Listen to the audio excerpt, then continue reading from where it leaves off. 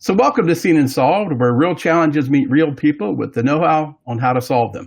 I'm your host, Tim Pennington, and today's episode is all about the art and sometimes the chaos of customer chemistry. When things go right, it's a smooth reaction, and when they don't, you're juggling back orders, tough conversations, and the pressures to keep customers confident and operations moving. Luckily, I'm joined by 5 people who know how to make that balancing act look very easily. Helen Langelo, Debbie Reddington, Bev Thompson, Tracy West, and Jody Menz. They manage customer relations across 4 locations, and they've mastered how to stay calm, clear, and customer focused, even when the storm rolled in. From the company's mission to the warehouse floor, they're here to share what it takes to build trust, manage challenges, and keep the chemistry strong. So let's get into it. You're listening to the Seen and Solved podcast, brought to you by Hubbard-Hall. Better results, less chemistry. Okay, so we've got 2 groups of individuals in 2 different states, a couple hundred miles apart. So let's start with the group that's in Inman, South Carolina. Tell us a little bit about your name and then a little bit about what you do there. I'm Beverly Thompson, or Bev, and I've been with the customer service team here, customer experience team here for a little over 30 years. 30 years? Wow. 30 years, yeah. My name's Tracy West. I'm in the customer experience team, and I've been here about 15 years. I'm Debbie Reddington. I'm in the Connecticut office, and I am the newest employee in customer experience. I've been here just over 2 years. I'm Helen Langelo, and I have been here 4 years, customer experience specialist with these lovely ladies. Gotcha. And I am Jody Menz. I'm the customer experience manager, so I am lucky enough to work every day with these lovely customer experience specialists.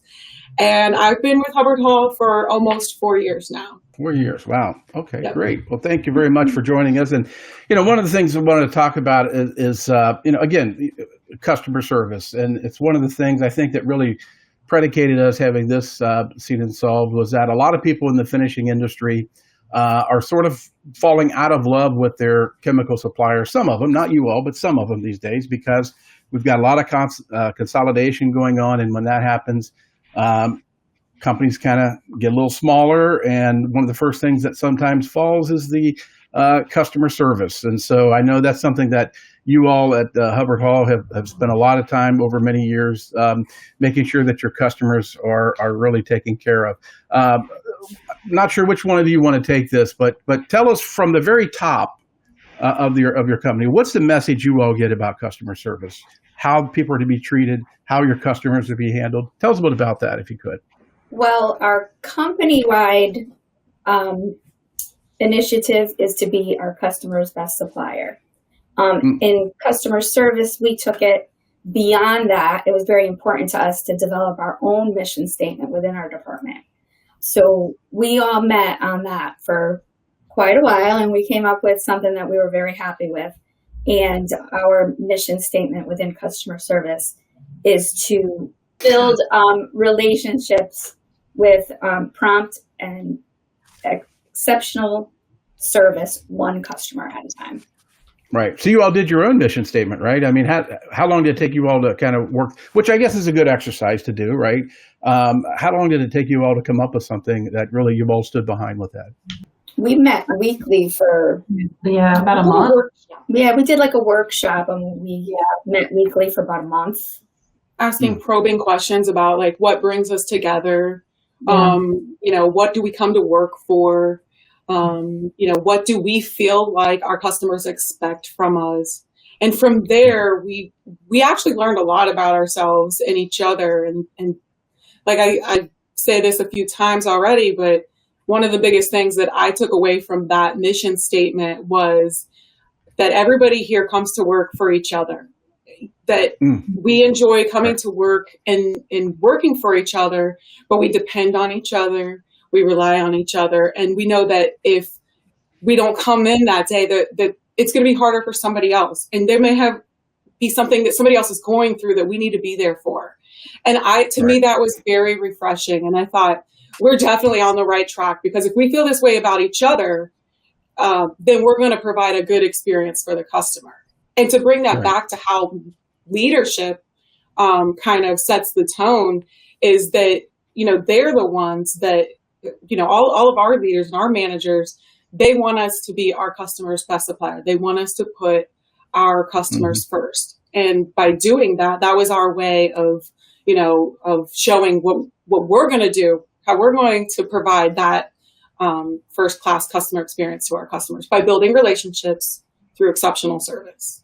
Yeah, I mean, like I said, that's great that you all kind of got together and talked about that. And since you've came out with that, when did you all put that together? May I ask? When was that? Is that something recent or? We did that in May of 2023.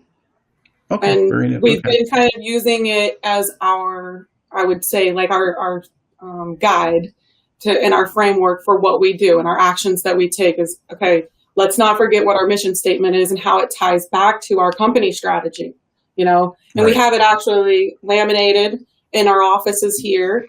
And then in the other offices, South Carolina and our other facilities, on their desk, they have the mission statement there and present. So, everything we do when we are doing projects or initiatives, we try to tie it back to that, again, providing exceptional, we're building relationships by providing exceptional service, one customer at a time. Yeah, I've heard that a lot, especially some successful companies will say, your mission statement can't just be something written on the wall. It has to be lived every day. And so how does that affect how you do interact with your customers? It's just always in the forefront. It's day to day. We just, what do our customers want to hear from us? If we were on the receiving end, when you're dealing with a company on a personal level, you want to get great customer service. So you want to provide that same service. What do customers want? You tell me, what do customers want from you all? I'm sure they call you and everything's great, but I'm sure sometimes they're a little stressed for something, right? But what have you learned that customers want from you all to do for them? I think they want fast service because a lot of the time they're under the gun. They have urgent situations. They want to hear from us right away. They want to know that we're on it and working on it. So we are prompt. We try to be as quick as possible. And they just want us to help them, get it done, fulfill, their needs. So it's a pretty simple ask on their part is, I need this, can you help me get this? But it's not that easy sometimes, right? You got things. You all are across 4 locations. How do you coordinate that so everything works and you keep everybody on the same page, even though you're not all in the same room or even in the same state? How does that work out? We do a lot of cross-training between all the locations, and we meet every other week together, and communication is the big word between all the locations. Right. Yeah, I was going to say, you got to be able to let people know what's going on. And, even though, like I said, you're not even in the same, I guess everybody working remotely is a thing that a lot of people are getting used to. Let's talk about transparent and effective communication. That's always a big thing that I think customers really want, whether it's good or bad. They want to know the information, right? They want you to tell them and keep them up to date. How do you all manage to do that on a continuing basis? I think we have clear communication. We follow up or follow through with promises. We have a deep understanding of our customers' unique needs, and we're just very transparent in what is happening and what our customer needs. One of the things is with building trust with your customers, that they know when they're going to hang up with you, you're going to do something for them that you said you're going to do. So how does that come about? How do you all work to build that trust up with your customers, that they know that when they talk to you and it's understood what's needed, when they hang up, things are going to get done? I think it's consistency, like they get the same level from all of us all the time. They know that when we respond and we say, we'll get back to you. And if it's the end of the day, we say, hey, we'll get back to you in the morning. Just as long as they know that we're on it and working on it, and we are consistent with that effort. Right. Things could get busy. It could get hectic. Another urgent matter could come in and kind of take you away from your focus for a minute.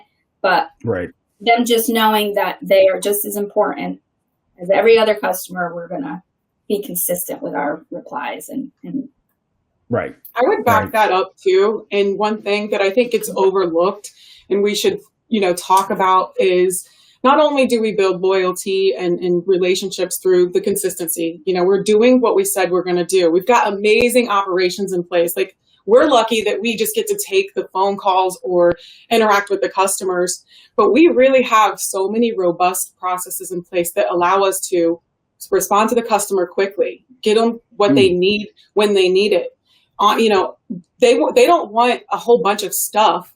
They want to be able to get it just in time, and we allow that to happen. That's what we do. But we also realize that these are partnerships. Kind of going back to what Helen said, they need us to be there today if possible. And we want to be able to, we're flexible enough, we might make that happen. It's this team that can make that happen, really nobody else.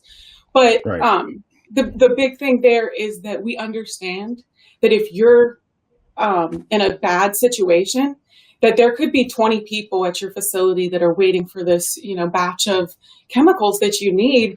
And as a partnership, that if it hurts you, it's going to hurt us. And so we want to make sure that we're doing what we can to help everybody, the whole stream. So we got the consistency, the on-time delivery, response time, but we also have that, production or processes in place that make us robust, and the partnership.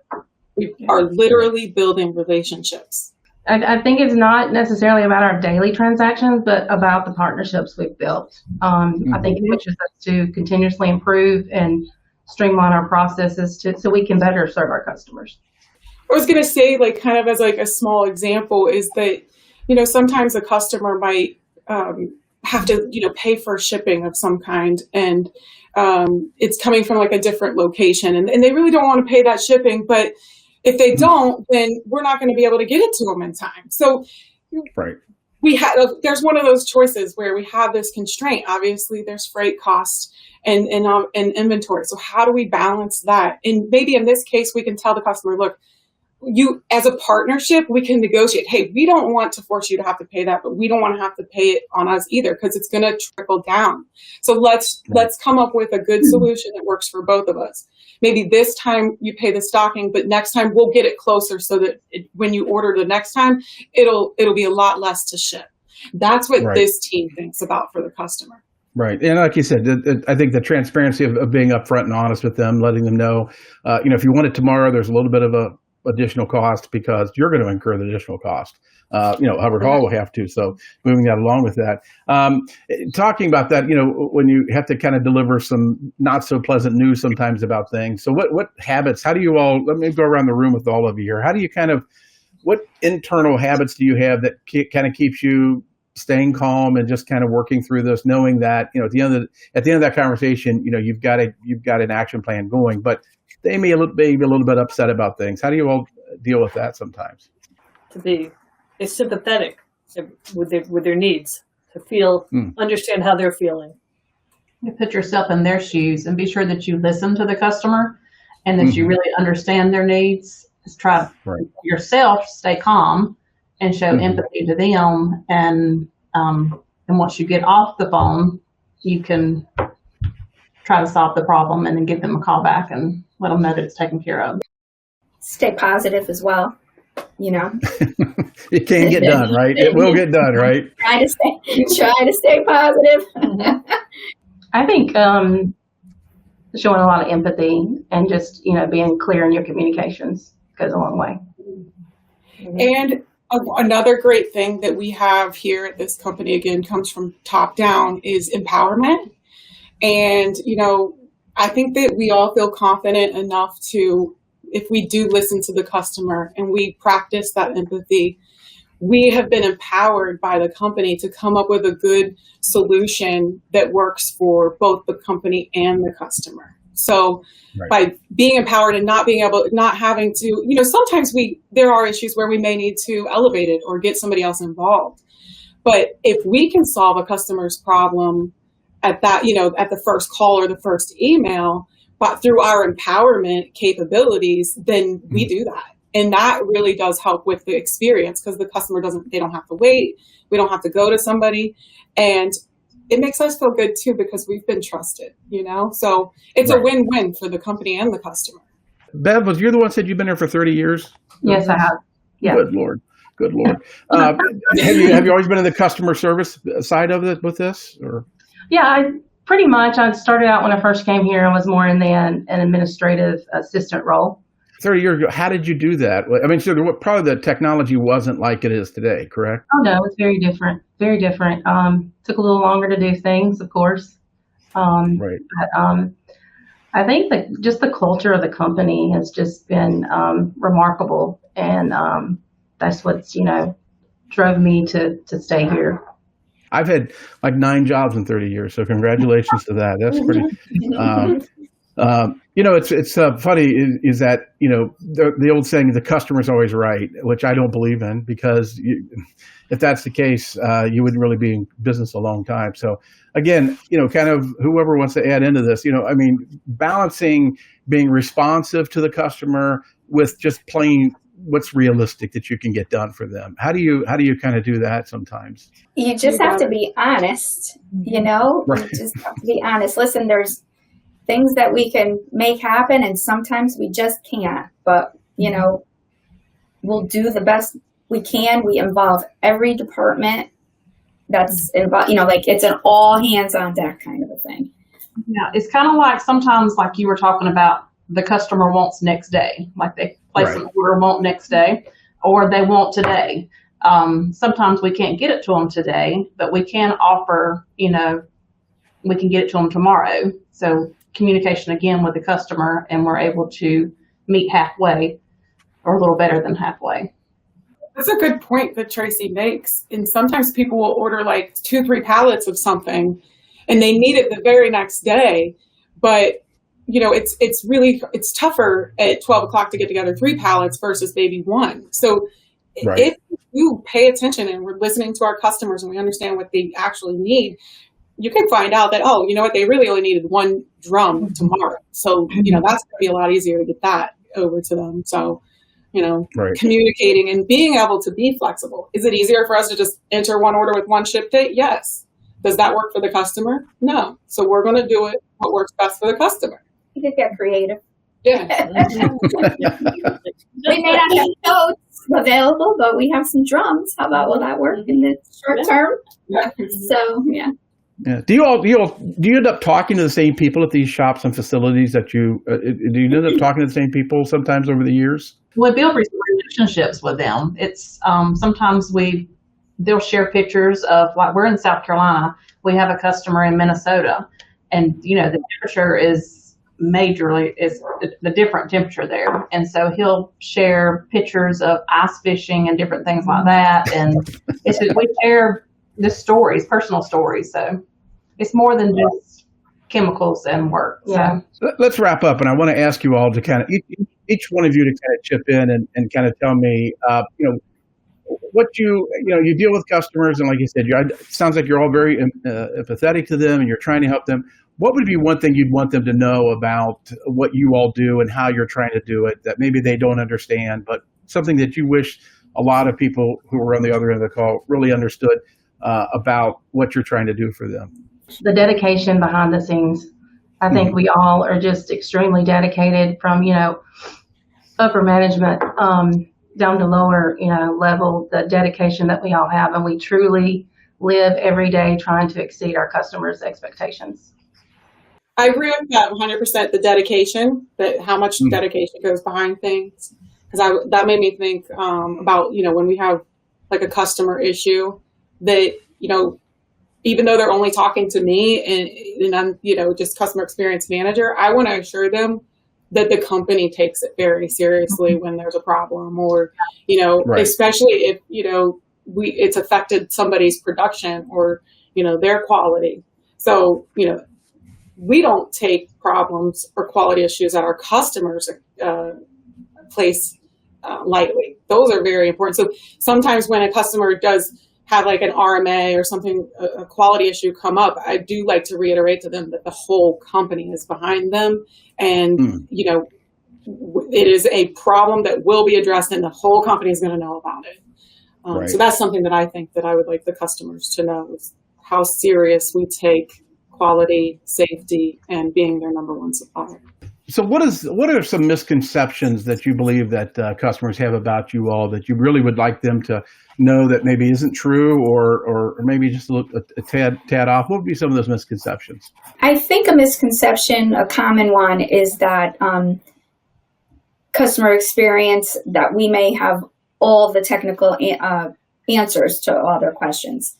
We may not have chemical backgrounds, but we are able to get to the right people, field their questions, get them in touch with the right person to answer their question in a timely. You know a guy, right? You know a guy that can We know a guy. We know you. You know a guy that can get that from them. And trust me, I've been doing this for 15 years, and girls, right? I get you to Rob. I would send everybody to Robin Deal just as a habit, because she would know everything. And if she doesn't, she fakes it really well. But she does know a lot. Yes. But even I don't even know what half these people are talking about sometimes with that. But like I said, anybody else? What other misconceptions anybody else might think people might have? I think one of the misconceptions about customer service, specifically in manufacturing, is that it's not just about fixing the problems after they happen. It's not always purely reactive, but really, in reality, it's great customer service that it starts with long before anything goes wrong. It's about having clear communication. It's about setting the expectation and just being a true partner through the whole process. Do any of you ever get a chance to go meet some of your customers? You brought up Robin Deal. I was able to go with her and the sales rep, Mike Crocker, to see how the wastewater, and to meet the people that place the orders, to put a face, with a name. And it made a big difference in being able to see how our products work. It's interesting to see, like you said, how the concept to reality, how they're using it, what it actually does, and to really hear what people are saying about how it really changed their operation and made it much for the better, which is really, you got to hear that sometimes, right? You got to actually hear it, because may not get it on the phone with them sometimes, but I think people are very expressive of how Hubbard-Hall products make their operation much better. They meet the guidelines, and it makes it easier for them to operate. We had a golf tournament here on the East Coast, and so our Connecticut team was able to go for the day, and we met a lot of customers that we talked to on a weekly basis. So it was really nice to interact and connect with them and meet them face to face. It was fun. Yeah, it was good. Great. Well, listen, from somebody who talks to these finishers and these shops every single day, sometimes multiple times a day, I'm talking to people, I know that customers, it's one of the things I hear from them is that they feel they're very lucky when they find a vendor, a supplier that has great customer service. And I know they all talk very highly of Hubbard-Hall, and they always tell me about the ones that don't give them good customer service. And when they call me and ask for another, do you know anybody else I can deal with?